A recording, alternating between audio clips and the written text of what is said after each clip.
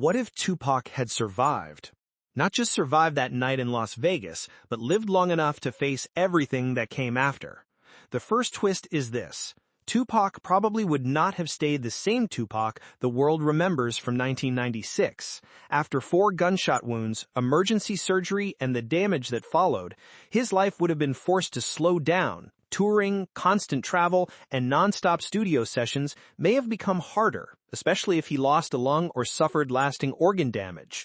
So the comeback might not have started on stage. It might have started in a boardroom, on a film set, and behind the doors of his own label. Tupac was already moving toward movies. He had the presence, ambition, and controversy Hollywood could not ignore.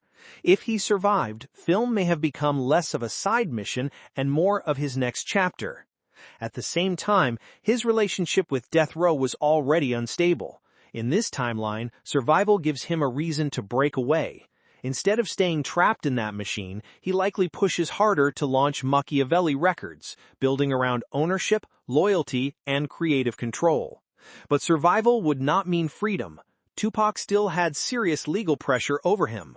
A probation violation could have sent him back to prison, turning his survival into a complicated pause instead of an instant comeback.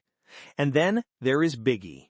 If Tupac lives, the East Coast-West Coast rivalry probably loses its most explosive fuel.